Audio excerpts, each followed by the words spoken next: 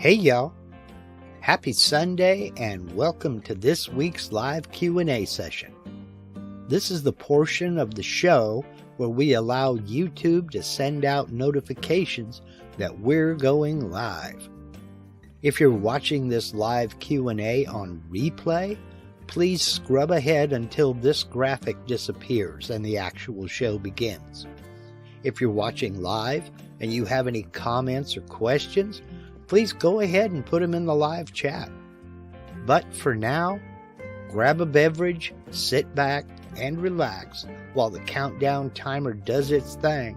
Then we'll get started.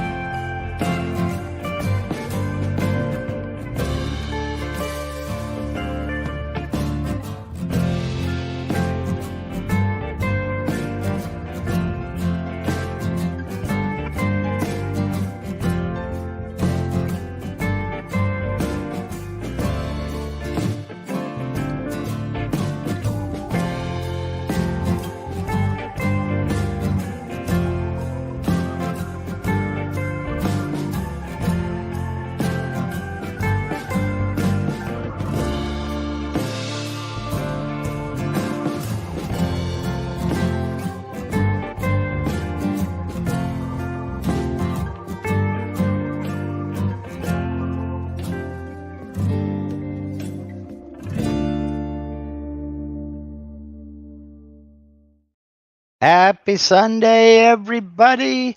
Let me make a couple of little clicks here, and the poll is now closed. Okay. Wow. Yeah, it's been a heck of a week.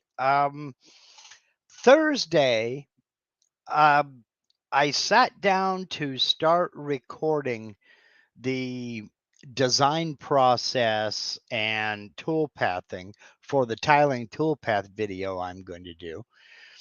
And you can kind of see I've got the materials up on the CNC router ready to go.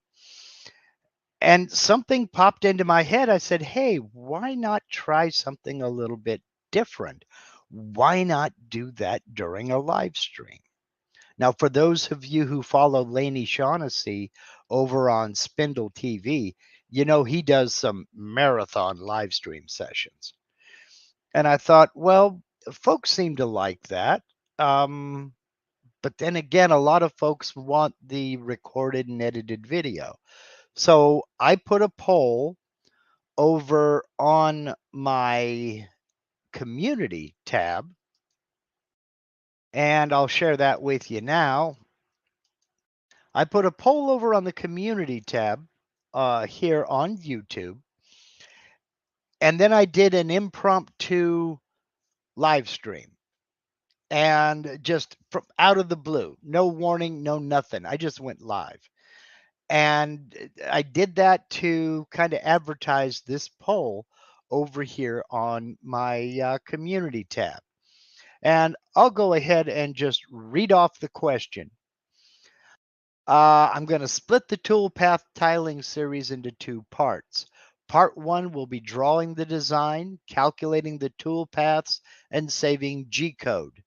Part two will be actually machining and finishing the project. The question is, should I release part one as a recorded and edited video? Or should I do the design work, calculate the tool paths, and save G-code during a live stream on a Sunday?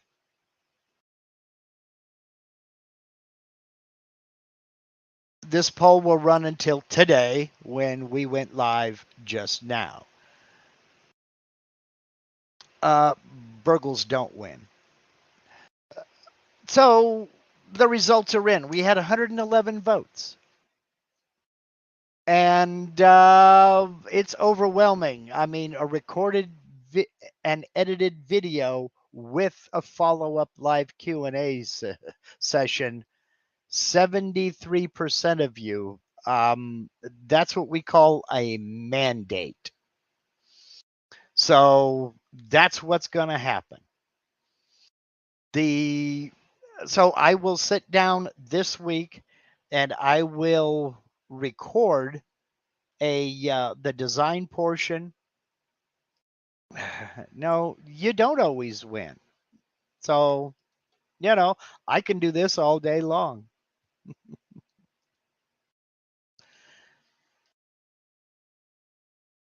So, anyhows, the Thursday, I will record the video, get it edited, and that should be out next Sunday. I say again, should be out next Sunday. I'm going to give it my best shot. Now you can see I've got the material up here ready to go. Well, you could if I wasn't still sharing. You see I've got the material up here ready to go, and I'm going to get working on that tomorrow. So, yeah, that's the big news here. We'll be doing the two-part series as a edited video with a follow-up live stream at noon, just like we always do. So,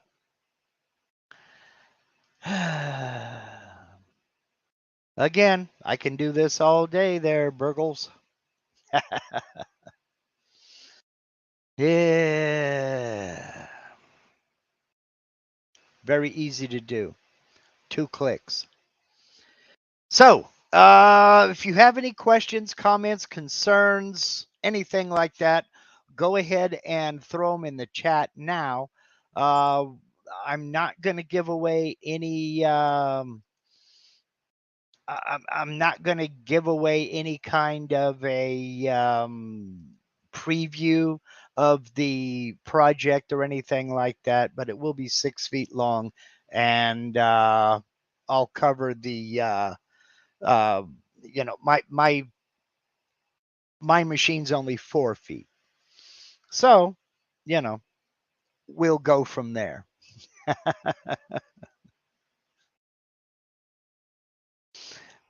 Yeah, Sargon, we do have a parasite. I mean, it sucks not to have a life, doesn't it? I mean, I don't care. It takes away from you guys, but what can I say? That just makes it easier to ban the bots. You know what I mean? So, with no questions, I really honestly don't know what the heck to talk about other than the tiling toolpath project, but I'm not going to give that away. So if you have any questions at all, uh, please go ahead and put them in the live chat over there. And yes, there is a way to block him. The problem is it's a bot, and it'll switch over to another account with a different name. So, you know. Okay, Russell Faraday says, what editing software is good that won't take me weeks to learn? Editing software. Are you talking about for video? That's a hard one, Russell. They all have their user interface. They all have their way of doing things. So it's difficult to say which is easier to learn and which is more difficult to learn. I use Corel Video Studio, the 2022 version, and it's pretty decent, but it's also kind of pricey. You can get several free softwares like, oh gosh, HitFilm, or the big one, DaVinci Resolve, but they have I won't say a steep learning curve because they're all pretty much the same. You're dealing with a video timeline and you're dragging clips into the timeline and then, cutting portions out and uh, merging portions together. You could do the swipes and fades and things like that. So they all pretty much function about the same. But they also have their nuances. So it just kind of depends on what you're after, what you're trying to do. So, it's uh, I've heard the most people talk about DaVinci Resolve. I don't know anything about their I've never used it myself. I have it, but um, I've never really sat down and tried to use it. But a lot of the bigger YouTubers do use it. Now, Dwayne Ruthig says he uses Adobe Premiere Elements. Um, I've heard some very good things about Premiere as well. But again, I don't know anything about the interface. I don't know anything about the workflow. So, my suggestion would be same as CNC software. Download as many of the free trials as you can and give them a try, and get into the tutorials, and you will quickly learn which one you always which one you prefer, which one you kind of mesh with better, uh, which one becomes your favorite, and then get rid of the others and focus on that one. DaVinci Resolve, I believe, is still free, and I think HitFilm is still free. I don't think there are any limits. Whoops, didn't mean to do that. I don't believe that there are any limitations in either. I'm not certain. Michael Mazalik says DaVinci is what I've used for my video, easy to learn as a beginner. Okay, like I said, I've not used it personally. So it's going to basically 100% up to you. Let's see here. Brooks Martin says, I learned enough in DaVinci Resolve in a week. Yeah, it depends on what kind of videos you're trying to make. Now, I know you said you're trying to shoot video of a very complex 3D project. And, you know, they usually have a built-in kind of an AI algorithm kind of a thing that will help you sync up multiple cameras. But I don't know if you plan on using multiple cameras or not. I have tried it, and I'm not a big fan of it. I think I'm going to end up going back to a single camera and just moving it around here and there. You know, um, a good percentage of the, at least with Corel Video Studio anyway, um, the the algorithm that will sync up multiple camera shots is pretty good, but if you're shooting with audio, sometimes the audio is just a little bit off, and you have to go in and kind of nudge their automatic synchronization to get it to actually work, you know. And I mean, it's a minor pain, but what can you say? Let's see. Brooks Martin says, how about your screen capture software? ShareX has gotten me by. For screen captures, I use a product called Flashback Express by a company called Blueberry Software. It is free. There is a paid version, a pro version, but I have yet to find anything in that pro version that I need. The free version has gotten me by just fine. So, you know, I'm fine with the free version, and I can export it. What it is, it comes with a recorder and a player, and you record the screen capture, and it saves it in its own proprietary format.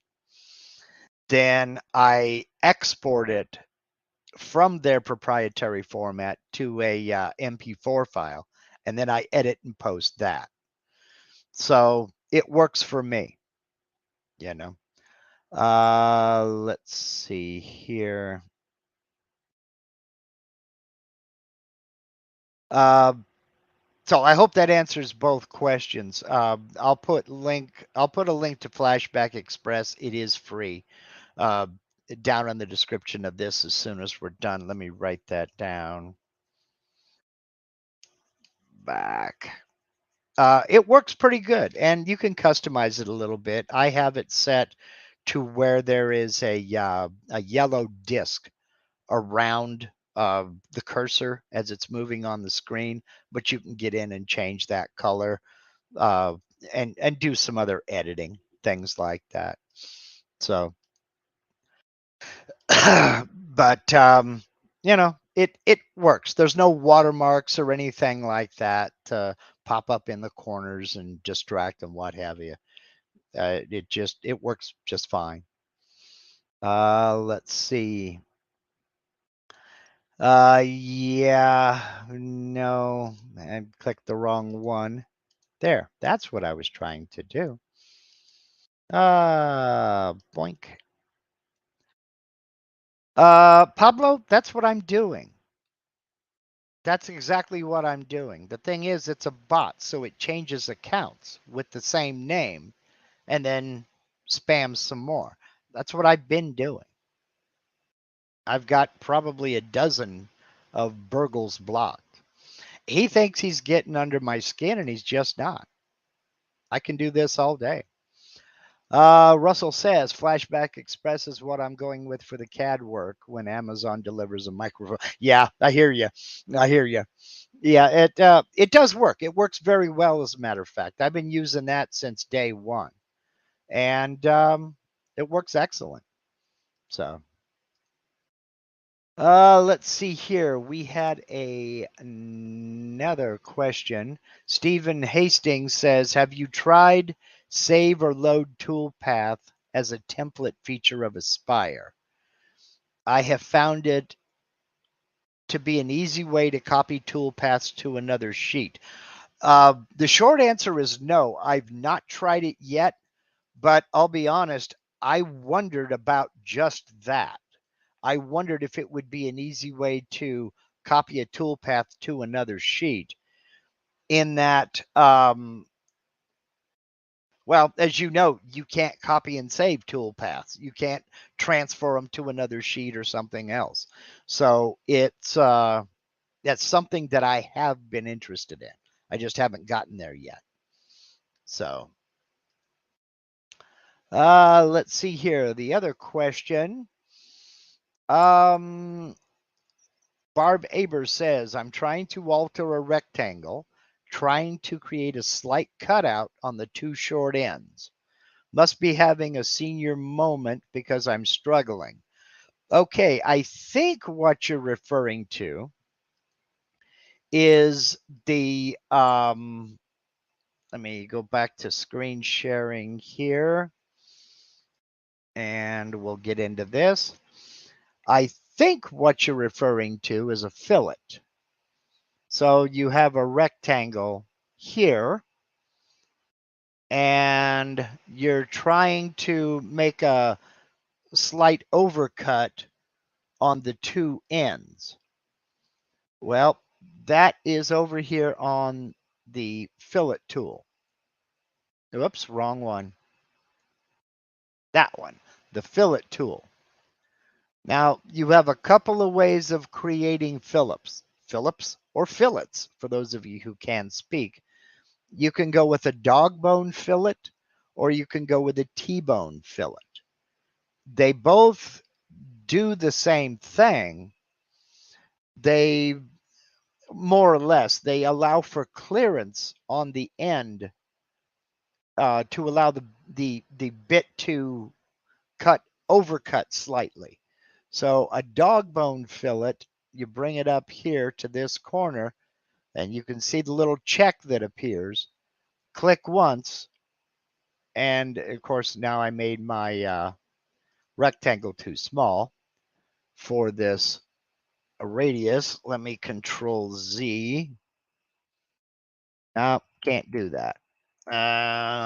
Control Z. There we go. Now we'll go back to my fillet tool. Let's go with a much smaller fillet, 0.125, and try a dog bone fillet. There we go. And it's just going to leave a little area there for your bit to get in and remove all the material within this slot. Then you have a T-bone fillet, which will go one direction or the other, depending upon where you click on it. So if I go here and then come down here, close, can you see the difference? This one is creating a radius. It's going to overcut past the end and past the side, where the T-bone fillet is only going past the side. It's not going past the end. So either one of those is the way to do that. And Barb, I hope that's what you were asking about. So, uh, so let me go ahead and stop sharing there. Let's see. Will that work for an inward into the woodcut as well? Inward into the wood. Let me go back to sharing here. And we'll get back up there. Are you talking about somewhere in here you want it to go inward in this direction? Or are you talking about ramping down into the machine or into the material?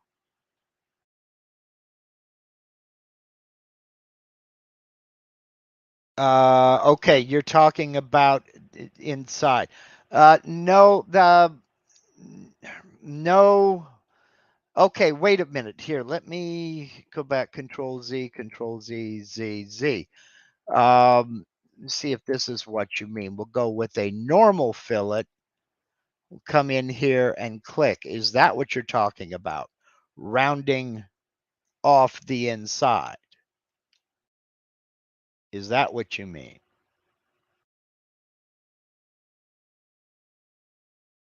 It's cut out for the legs on a dog feeder.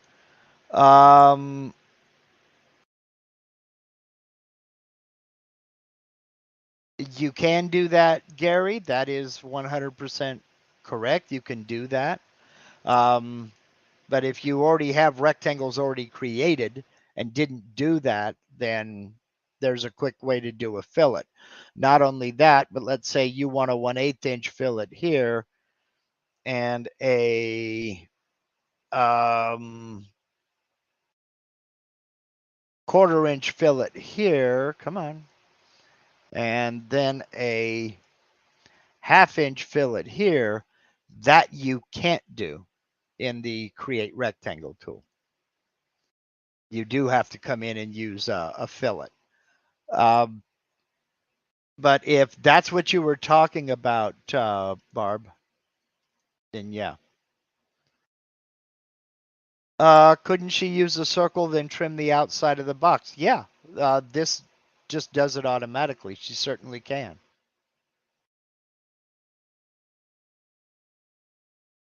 Let's see. No, it's where the solid pieces of the leg will fit into. Sorry, I'm terrible at explaining this.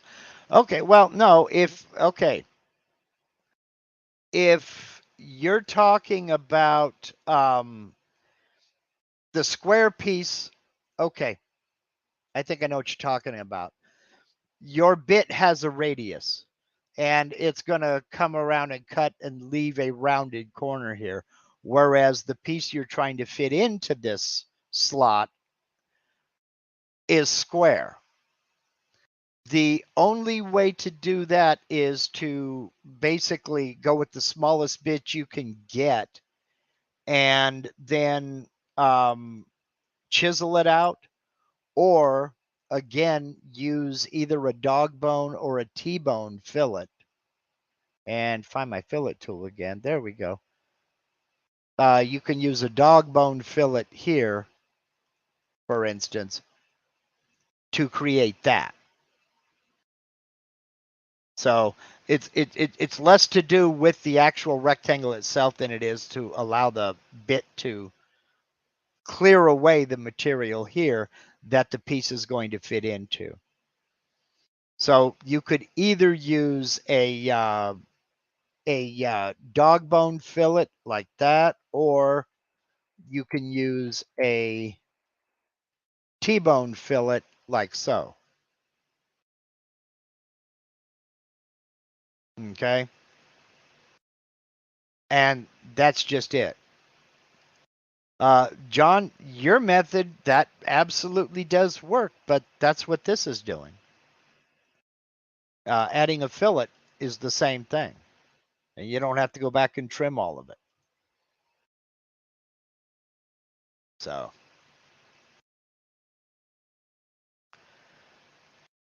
Yeah, cutting a mortise into a piece of material and then fitting that another piece of material into it, it looks like it should be easy. Wish I could send you a pic of one I hand cut. Well, I know what you're trying to do. You're cutting the mortise, and then you're trying to put the tenon of the leg into that platform for the dog feeder, right? You're talking about the deck of the dog feeder. And I know what you're trying to do. John, that's not what she's trying to do. She's trying to remove that radius left by the bit and get a square corner. And the only way you can do that is either, use the smallest bit you can, then go back and square up those corners. Now, on that note, I don't have it right here. On that note, for just that situation, let me go grab it here. Shove that out of the way. And yes, I keep it in with my router bits. No, I don't. Where'd I put it? I don't know where it is. I'll have to find it. I'll put a link down in the description to it. I got a corner chisel, and oddly enough, it was made by Whiteside Tool.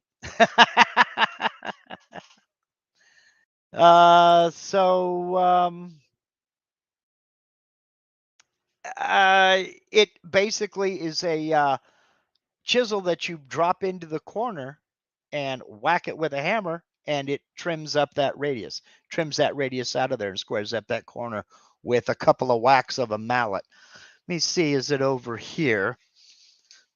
I don't know where I put it. For all I know, it's in the house somewhere. Now I can't find it. I'll link it in the description. Turns out it's made by Whiteside Tool, and it's a pretty cool little accessory to have in the shop. So, let's see. No, you did not get blocked. Let's see here.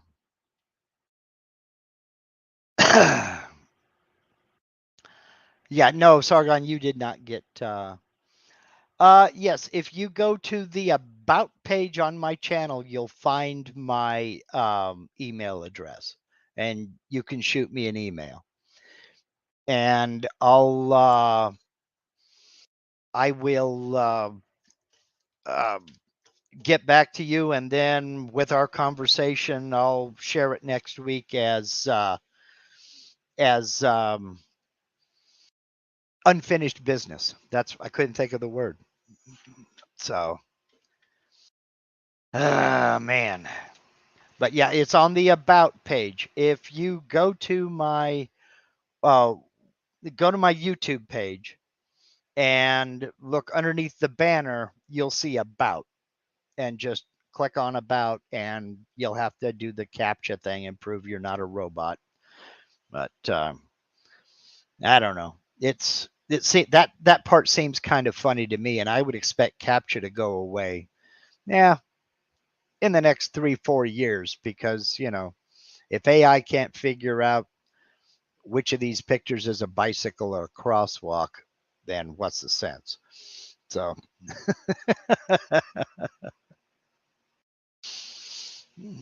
yeah. I mean, what can you say? Steve's on it. I'm on it. We're both blocking and we're both reporting. So, it's fine. I can do this all day. They don't get under my skin. I am absolutely the worst person to troll because I just don't care. I don't respond. It's too easy to do a couple of mouse clicks and I never have to deal with them again. Life's too short to argue online, See, Bill Stauffer says he has that corner chisel. It works great. Yeah, it does. It really works cool. It slips right into the corner and registers off of the two sides. And then it's got that chisel. You just whack it a couple of times with the mallet and it trims it right up. Get a nice square inside corner. Works great. So, and I don't remember how much it was. I'm kind of cheesed off that I can't find it. I think it may be in the house sitting on my desk in there. So, what do they get out of trolling? I don't know. Maybe the thrills. I don't know.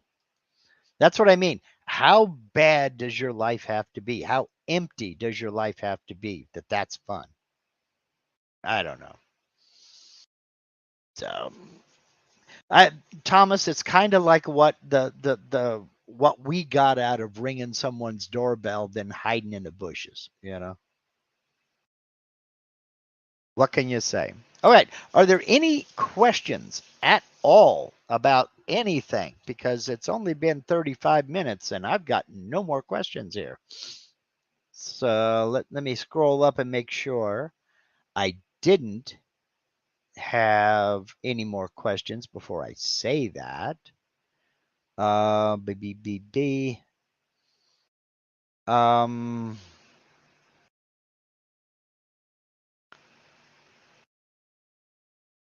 let's see.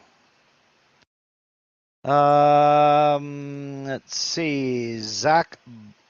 Now, I'm going to butcher your name, and I apologize in advance. Okay. Where to find the best learning of rotary use of Aspire, and that's from Zach Blasek. Blasek, not sure. Um, learning the rotary use. Wow. I know a couple of people who have rotaries, but do not make videos. And like myself, I know a lot of people who make videos that don't have rotaries. I'm not going to say a rotary is in my future, but I'm not going to say it's not in my future. And if I do get a rotary axis, believe me, I will make videos on it. The design process is probably the most difficult part of the process, simply because most people are great at working on a flat plane. But the minute you start wrapping things around a center point or a piece of the face of a piece of material, it starts getting hard to wrap your head around. No pun intended. But I will be doing some.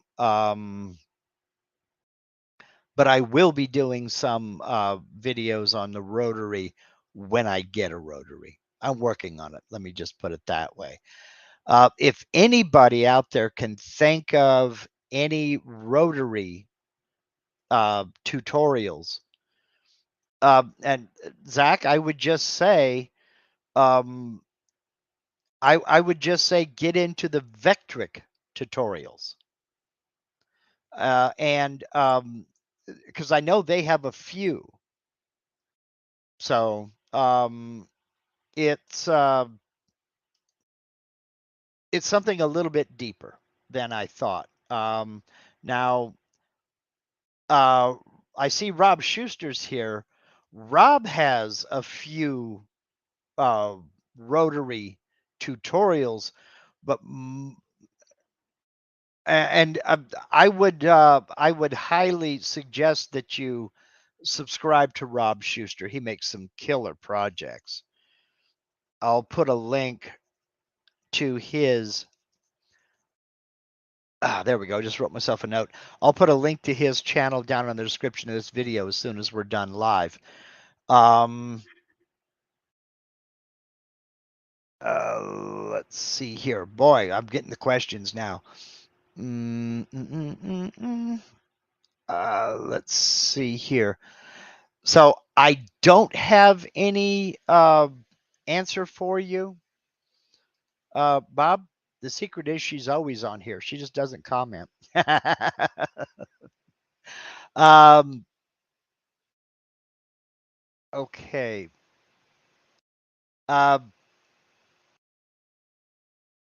wow. I don't have any 100% Aspire rotary video tutorial recommendations other than Vectric stuff. and Rob Schuster. Get over to his channel and subscribe. And again, I'll link his channel in the description as soon as we're done live here. He does some stellar work, some stuff that you would not believe. It's just amazing. And I mean, just blow you away kind of good.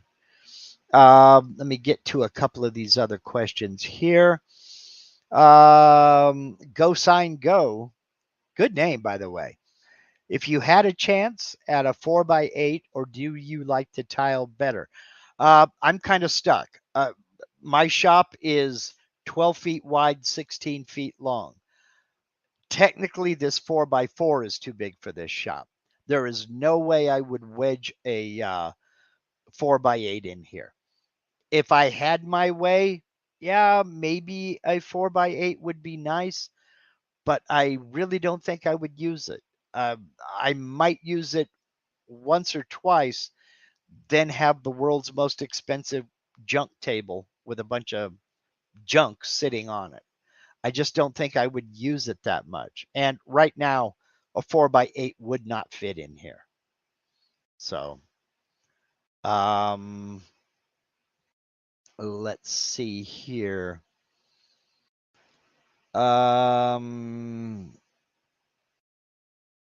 Brooks Martin says, is there a way to fillet in the Z-axis, i.e., or e.g., welder fillet? X-ray, example, raise text to background. Not that I know of. You're talking about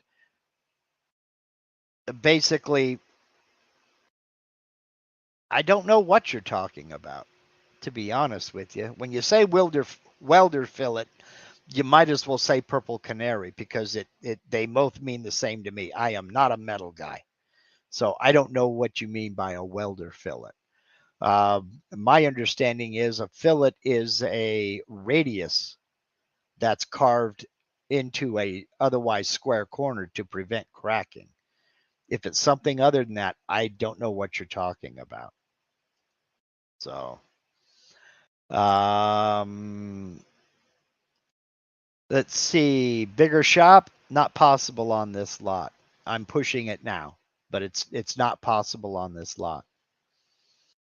So I'd have to move, and if I moved, I would have a bigger shop. But I ain't moving. Not happy. Okay, yes, a radius in the z-axis.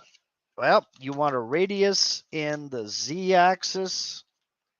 You have a couple of choices. You can do it in 3D, or you can use like a bowl bit or a ball nose bit. That's about it. If you're trying to get a radius in the z-axis. And that's what ball nose, bowl and tray bits are for, is to do just that. So, for instance, on raised text you were talking about, there is no law that says when you do that pocket around the text, there's no law that says you can't use a ball nose for that. You certainly can. And if you remember the texturing we talked about in the members only live stream a couple weeks about, that's exactly what he does. So, let's see here. Next question is, Stephen Hastings, a good discussion would be the advantages and disadvantages of a rotary over two-sided machining.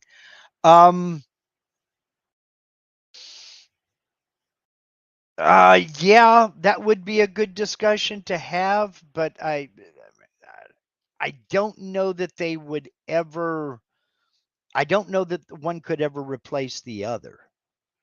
But yeah, that would be an interesting discussion to have, because there are ways of doing keyed setups to where you could set up a piece, carve one side, rotate it 90, carve it, rotate it, and do four-sided machining, keyed and indexed. But it's not going to replace a rotary. And by the same token, a rotary could replace two-sided machining, but if you can do two-sided machining, why not do it? But yeah, it would be a good discussion to have. I agree with there. So, um,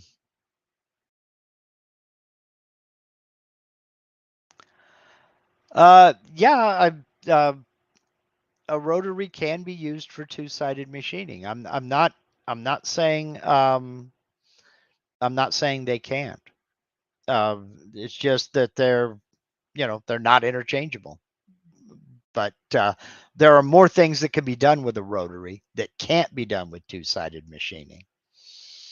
But I don't know. It just seems to me that a rotary, um,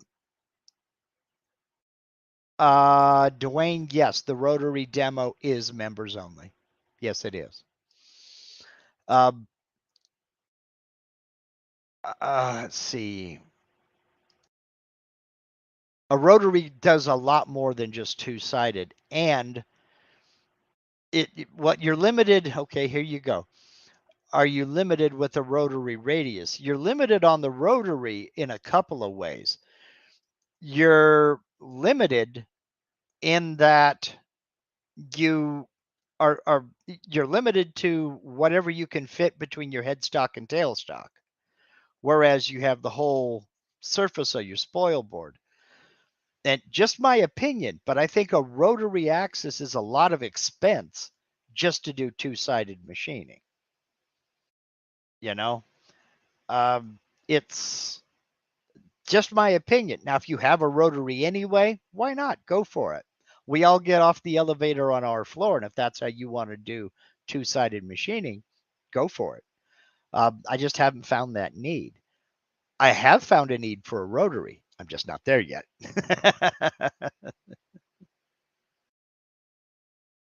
Let's see here.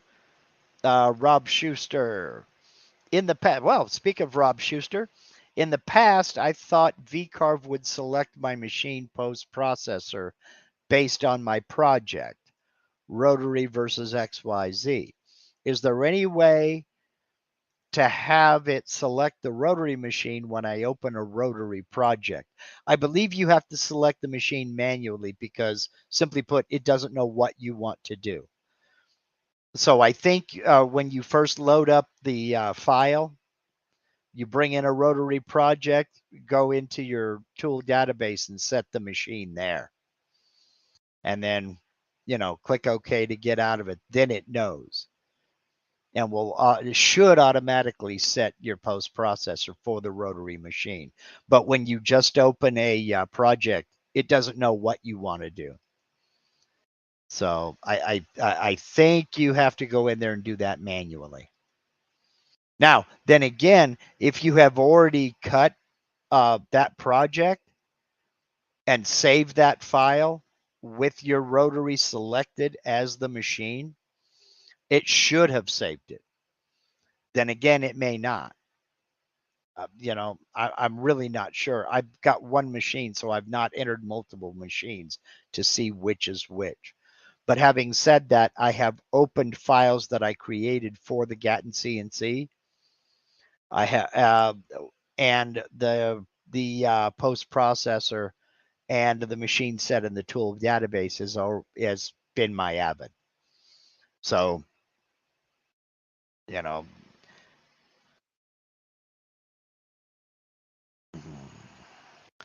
let's see here.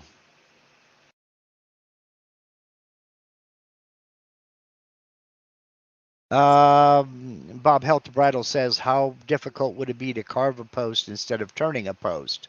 It would take longer to carve than turn. Depends on what the project is. It depends on what you're doing.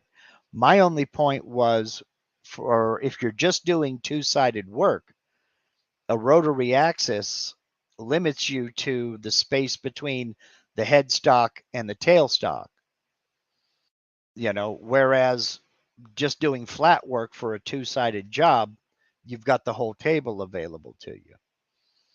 So, I'm not saying you can't do two-sided to carve a post, Just saying that if, and if you have a rotary axis, use it by all means. That's half of the fun of having one. But, don't think you got to go out and buy a rotary axis to do two-sided machining. Now, speaking of which, I don't know if it's La Roast or LA Roast. I had a question about two-sided machining. I'm having issues getting the sides to line up. When I flipped my part, it was about an 1/8 off in Y. Okay. Number one, the very first thing I would ask you is, are you flipping it the right direction? Because let me load up here, share screen, share, and we'll get rid of that and delete. We'll back up here and I'll change to a two-sided project. So now we have double-sided. When you get down here, the flip direction, are you flipping it in the right direction? My default, I prefer to flip side to side, flipping it in X. Okay. That's number one. So flip side to side. That's my default. Okay. Now you mentioned that I saw in another comment you made about using locating dowels. Okay. And this dovetails right here. Is the part perfectly square? If you use this technique, it doesn't have to be square. Okay. Locating dowels, I'll use 1/4-inch dowel, and I'll put one right here, and right here. So they're asymmetrical. They will only fit one way. But the minute I create those locating dowel holes, I select all three, I group them, then right click, copy to other side. So now when I look at the top, I have my 3 dowel holes. Then when I flip over to the bottom, there they are. Okay. Now,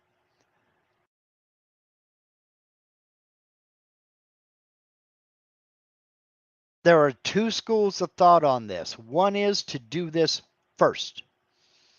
Others is to do it last, because if for some ungodly reason you have to move one of these, you have to delete them and start over again. So that's up to you.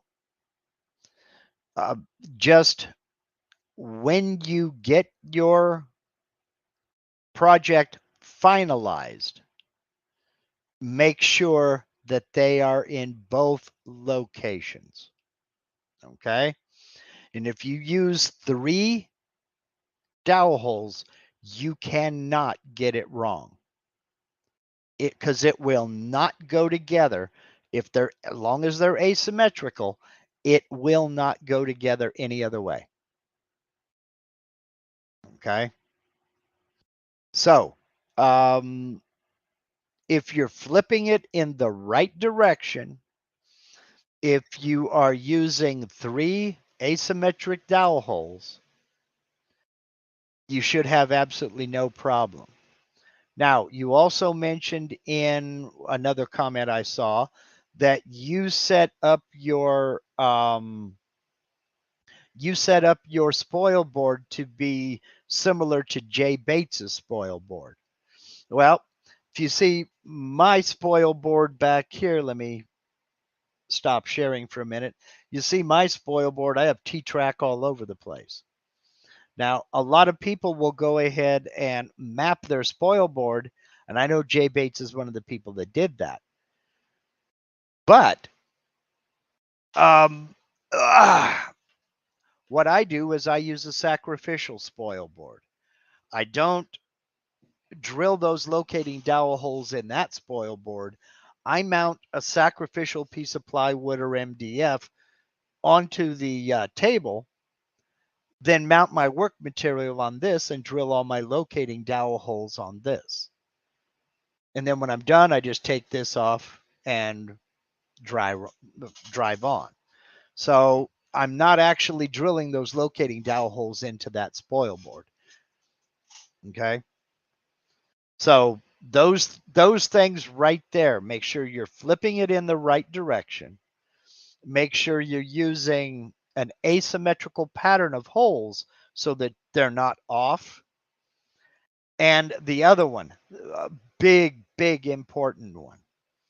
Once you set your XY0, the first time you set your XY0, it does not change. If you're flipping the part, then resetting your XY0, that's your problem. Because it is very difficult to guarantee that that piece of material is perfectly square and that it's going in precisely the same location, unless you have work offsets set up and things like that. Now, Stephen Hastings says, is the dowel hole method better than cutting a pocket in the spoil board method? Depends. It depends. If you're cutting a pocket to put your material in and that material is symmetrical, it would be easy to flip it or turn it or get it put in the wrong position. I prefer the locating dowels myself, and I have never had an alignment issue. Not one, ever. The pocket method, okay. I've seen that some people do that, but I thought that was kind of going away. And the locating dowels, it's just a way of indexing that piece of material. And again, you set XY0 once and you never set it again until the project is finished. And you move on to the next project. So, as far as it being better, for certain people, it might be. For seasoned professionals, if the pocket method is working for you, then I don't see any reason to change.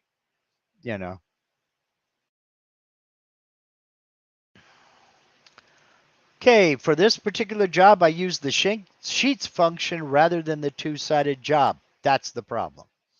I flipped the part in the Y direction and referenced off the TSO dogs cut in the board rather than dowels. That's the problem. Because evidently the piece of material was slightly longer in one direction.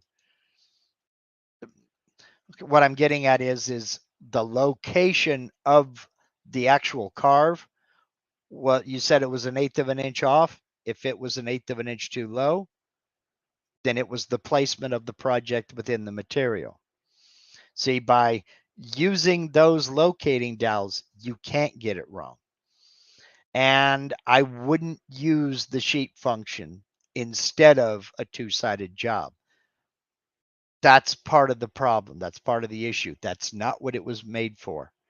It was made for using more than one piece of material in a project to save you from having different files for different parts of that project.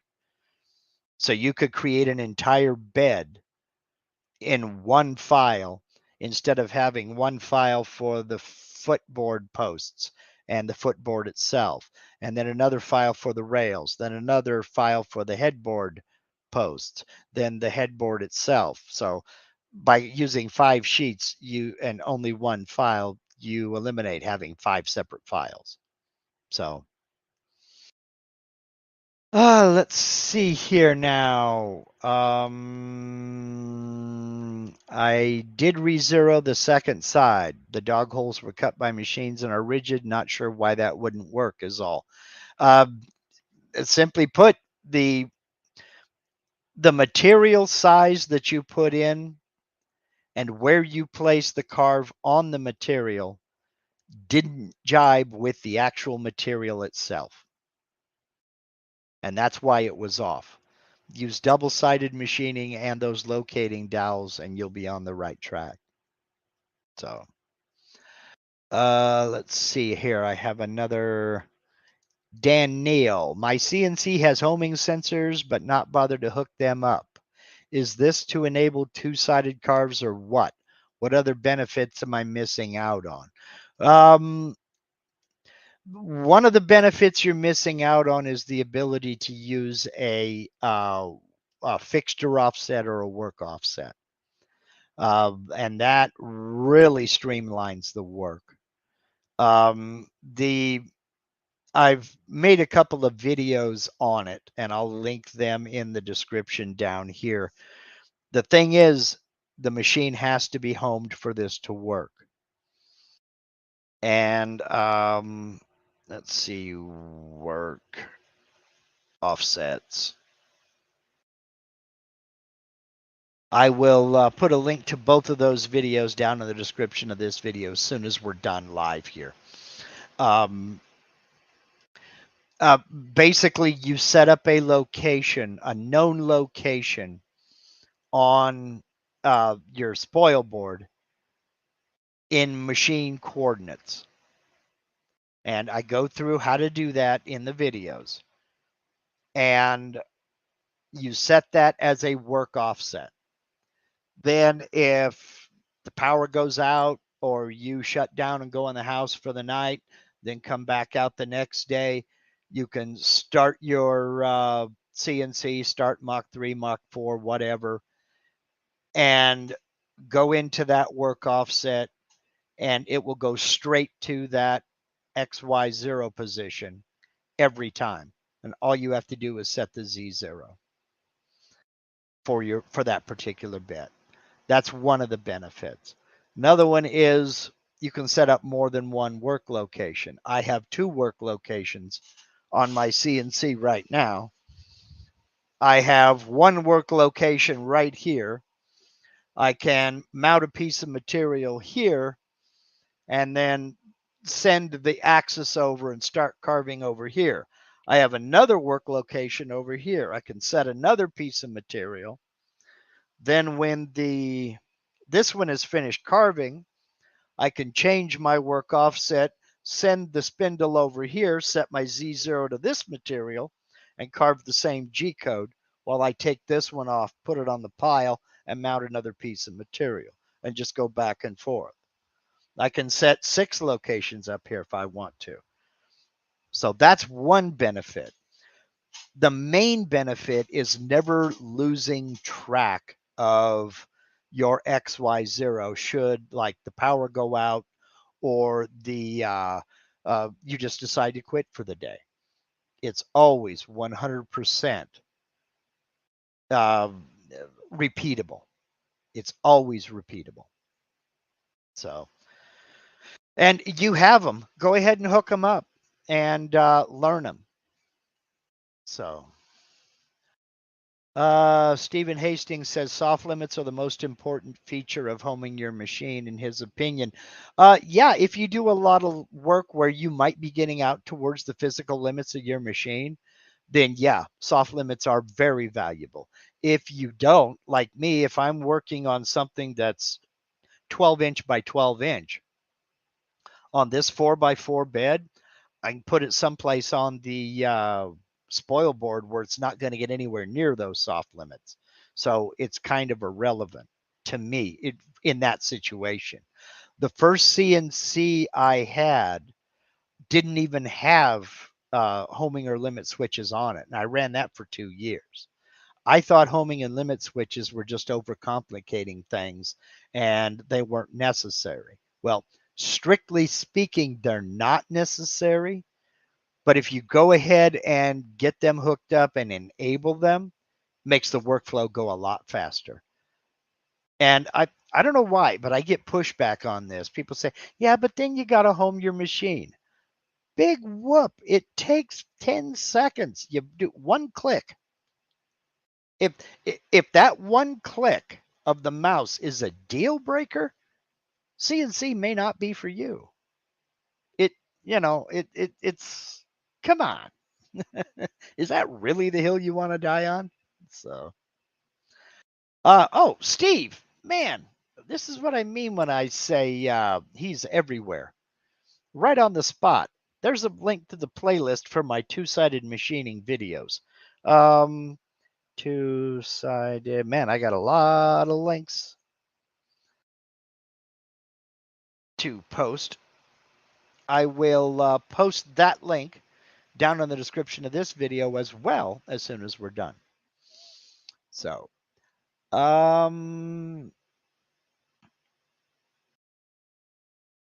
and Mark Richardson, I've seen people use the Z0 straight off the spoil board. Could you do a little demo, please, if you have the time?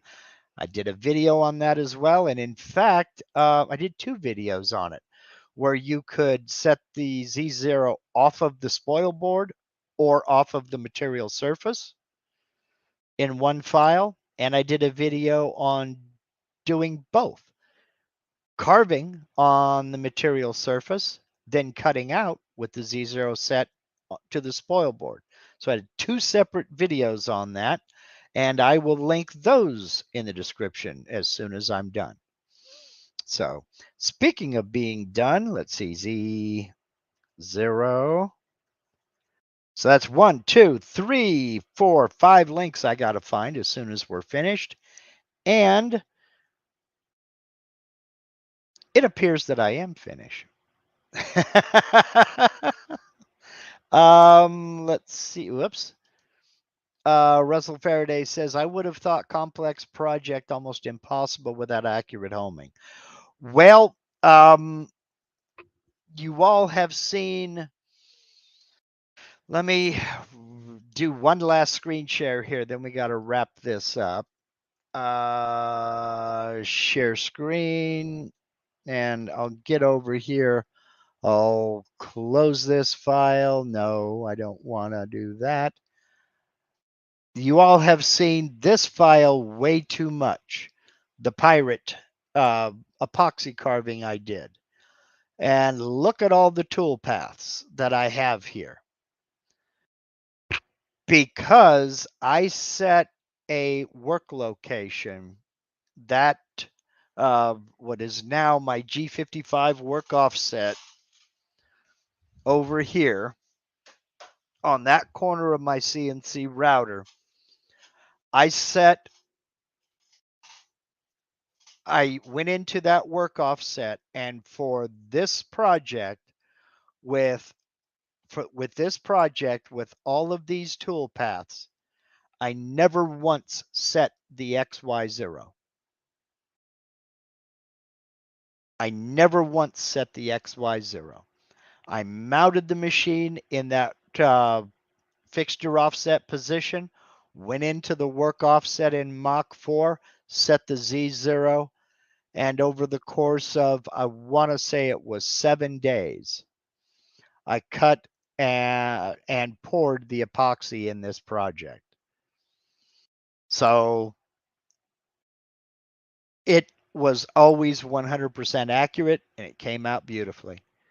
So that's one of the things about setting up a work offset and setting up a fixture offset, then using that work offset in your controller software.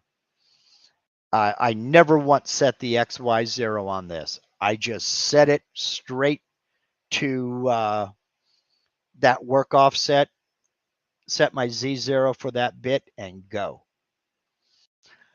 I do, and I will be, well, Steve just posted the link. There it is right there. I will post that link down in the description of this as soon as we're done live. So, okay, I'm going to go ahead and end this now. We've gone way over an hour, and I've got a whole bunch of links to find.